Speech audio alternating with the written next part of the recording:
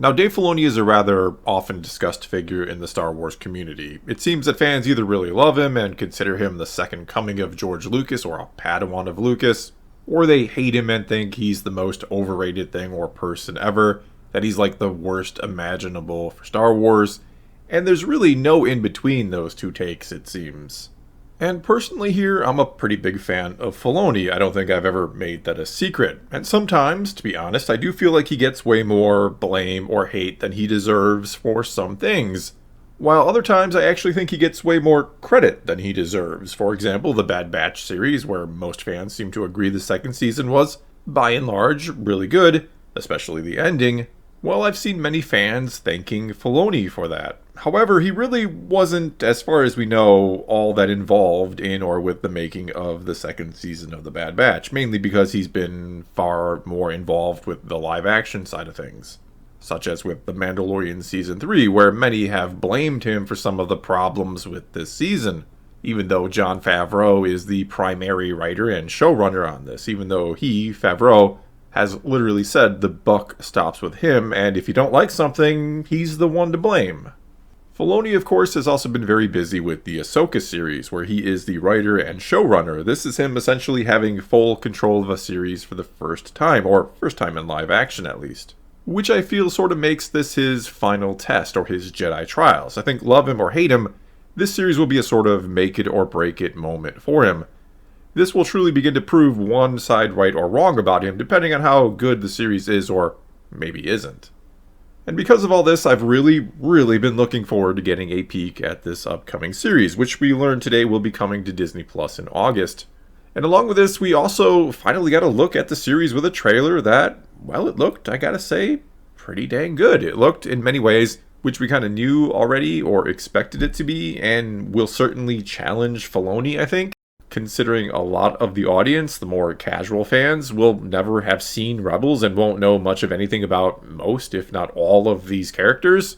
They won't even know why they should care about this hunt for somebody named Ezra Bridger, or why this blue-skinned guy with red eyes should be feared so much. And speaking of him, it also seems like this series is going to be, on some level, the beginning or part of an adaptation of the original Thrawn trilogy of books, with us not only getting to see the back of Thrawn's head in the trailer, but also with Ahsoka making a direct reference to that trilogy when she said he was trying to be the heir to the Empire. Which, I gotta admit, made me a little anxious, because I love those books, and part of me would love to see them brought to screen, of course, but another part of me is kind of worried or afraid that they might alter them too much or use characters from those books in not the best ways. I also don't know if I just want Ahsoka to come in and take the place of Luke Skywalker in the story, which almost feels like will end up having to be the case unless they make Luke and some of the other legacy characters a part of this as well. Anyway, setting those fears aside for now, let me get more into the trailer itself. Let me quickly go over some of the major moments or scenes from it. And it kicks off with Ahsoka walking in some kind of ruined temple grounds that have some interesting symbols, especially when she gets underground.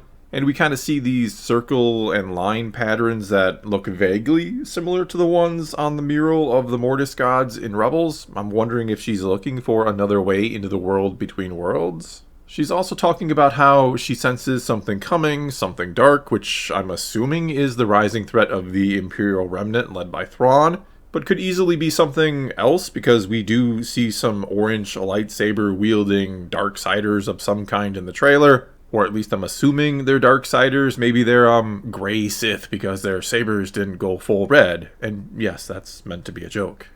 Anyway, we see two of them, one an older guy who, I don't know, moved very kind of deliberately or with purpose and power, almost reminding me of Vader. The other one is much younger, and we see her attacking a New Republic officer or killing one on a bridge of a ship before firing on Ahsoka's ship later on. And no, this older guy isn't some kind of Sabaoth clone, or doesn't seem to be. According to the subtitles, his name is Balon. And I suppose that could be a placeholder or something to throw people off, or that he calls himself Balon Sabaoth for reasons. But he's probably just some type of new dark side threat. We do later in the trailer then see Ahsoka and this older Darksider fighting somewhere that seems to be surrounded by symbols that maybe again have something to do with the world between worlds, or they're some kind of map or star chart that will lead her to wherever Ezra is.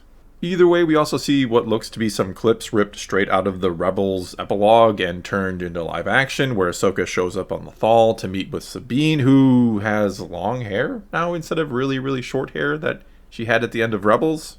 Anyway, again, this seems to be ripped pretty much straight from the Rebels epilogue and is them talking right before they go off in search of Ezra, who, of course, has been taken by Purgils along with Thrawn to who knows where exactly. We also see Chopper and Hera briefly flying around in the Phantom 2. Along with this, we also get a peek at Mon Mothma, played again by Genevieve O'Reilly, who played her in the prequels and is now playing her in Andor. And in this scene, we also see Kaz's father from the animated show Resistance, which I'm sure is really cool to the, all the fans of that show out there. Then there's also a look at Morgan Elsbeth on the bridge of some kind of fancy-looking ship, it seems. And she was the one from Season 2 of The Mandalorian, the one in the Ahsoka episode where she was asked where Grand Admiral Thrawn is by Ahsoka. And there are rumors out there that she is a surviving Night Sister, which, yeah, I can kind of see it here. Finally, there's a few more cool action shots of Ahsoka fighting and stuff like that, before we see Huyang, who talks about starting again, though I don't think it was David Tennant's voice this time, who voiced him in the Clone Wars. And speaking of Clone Wars, if you don't know who he is, he helped younglings build lightsabers. So maybe he's going to help rebuild the Jedi Order or help younglings build their sabers again. Or maybe he knows something about where Ezra is somehow. And speaking of Ezra, we do get a brief look at him in live action. We see Sabine looking at a holographic image of him at one point. And so all in all, I thought this was a really good trailer. For better or worse, I felt like I was watching the trailer for a live-action sequel to Rebels. And as someone who enjoyed that show, this is getting me pretty hyped. As I've said before, Ezra was a character that got better and better as the seasons went on, and I really started to finally like him when he disappeared. And I can't wait to see where this all goes in regards to him, or what he's been up to and what he ultimately becomes. Though that said, I'm very, very curious how long or how much of the season will be the hunt for Ezra. I'm not saying that I hope it's either long or short. I'm just wondering if that's what the season is going to be pretty much all about, or if it's only a small part of something bigger. And I mean, I know this is going to tie into the Mandoverse, probably in many different ways, but I'm still curious how much of the season does the hunt for Ezra take up? Are we going to find him in, like, the first couple of episodes, or is it going to be in the finale? What I'm also curious about is how the more casual fan will react to this trailer, if they'll look at it like, who are all these characters, and why should I care about them? Or if they'll just be on board because of cool-looking Star Wars stuff. Anyway, again, this looked really, really good, and I think it kind of brought out a sigh of relief for me, because I really, really want this show to be one of the good ones, but I have been a little bit nervous about how this would end up looking.